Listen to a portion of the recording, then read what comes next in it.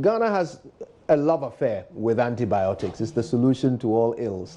But can we be potentially putting ourselves in danger by abusing antibiotics? Watch this. Humans play a major role in the spread of the phenomenon, as certain practices continue to expose many. A 2012 report on self-medication practices with antibiotics among tertiary level students in Accra, Ghana, found 70% of antibiotics self-medication among 600 students interviewed. Antibiotics' common frequency usage was 1 month interval. A joint study by the Ghana Young Academy and the West Africa Center for Cell Biology of Infectious Pathogens, University of Ghana, also found abuse and misuse of antibiotics.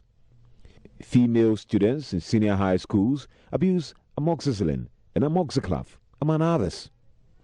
Dr. Priscilla Kolibiamante is member of the research team.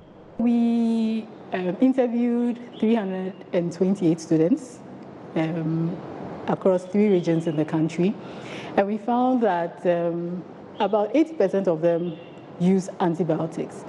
Of that 328, we had 30% of them using antibiotics every month, which is quite alarming because antibiotics are supposed to be used for treatment of specific infections over a specific period of time. So utilizing an antibiotic every month constitutes misuse of the drug. We also found that most of them utilize these antibiotics for the treatment of cold and flu. Usually, colds are caused by viruses. So ideally, they don't require treatment by antibacterial because, as we said from the beginning, you need an antiviral to treat the common colds. There are a few, or when the cold, you can get a complication which may then require that you use antibiotics because now bacteria have come in. So using antibiotics for colds is one way in which we expose the organisms to the antibacterial without it requiring it.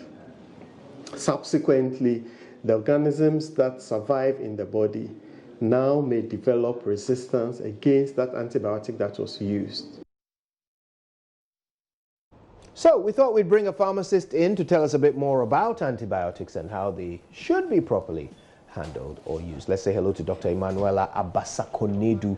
I hope I've said your name right. Yes, you have. I've been practicing. Dr. Emmanuella Abassah-Konadu is a member of the Pharmaceutical Society of Ghana in the Greater Accra region. So, Doc, first of all, help us understand what it actually means when we say we're abusing antibiotics. Okay, so antibiotics are supposed to be used in a specific way for a specific thing. And the specific thing is bacterial infections. An infection is when an organism invades the body and causes a sickness.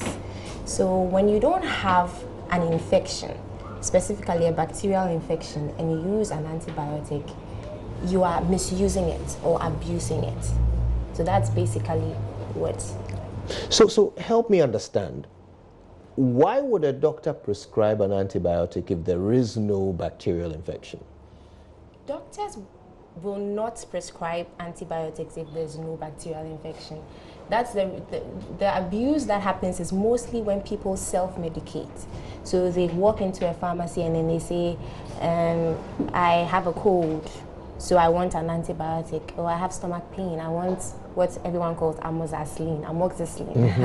And ideally, you should seek the consent of a health professional. Let them assess you before they actually give you the antibiotic. So a certified doctor will not write an antibiotic for you if you don't have an infection. All right, so this abuse we're discussing is when people self-medicate. Yes, or sometimes health professionals, okay, but most of the time abuse is mostly because of self-medication, most of the time. All right, how dangerous is it? What will it do to the body? Well, it is currently one of the top, global health challenges right now. Even the WHO states it, that it's a serious issue right now. Now, what happens is when organisms become resistant, they change. So let me use this analogy. For instance, when you are working out in a gym and you lift a heavy object, your muscles get injured a bit, but they reconfigure. And then the next time you lift up that same weight, it's not as heavy anymore. So it's the same thing with the organisms. When they are exposed to amounts of the drug that are not enough to kill them, they change. Even though they might be harmed, but they will change, mutate. So that the next time you give them that same drug at that same dose, it will not work. So that's basically how resistance happens. And what happens is that once the organism develops resistance, it can produce other resistance, should I say babies? So other resistance organisms and invade that person. Now, should that person excrete it in some way by cough or going to the loo or whatever, the next person who comes into contact with that thing now gains the resistance organism. They become infected. Yes. Yeah. So and that resistant organism, you take it, you give it so many cocktails of antibiotics and it doesn't work. So then what happens? The person eventually dies from that infection. And right now we have infections that were usually easily treatable, like gonorrhea and pneumonia. Those were not things people were dying from when antibiotics were introduced. But now we are having what we call multi-drug resistant species of these organisms. So you give a cocktail of antibiotics and they are not working. So we'll return to a stage where you give antibiotics and the person is not getting killed, and then the person dies.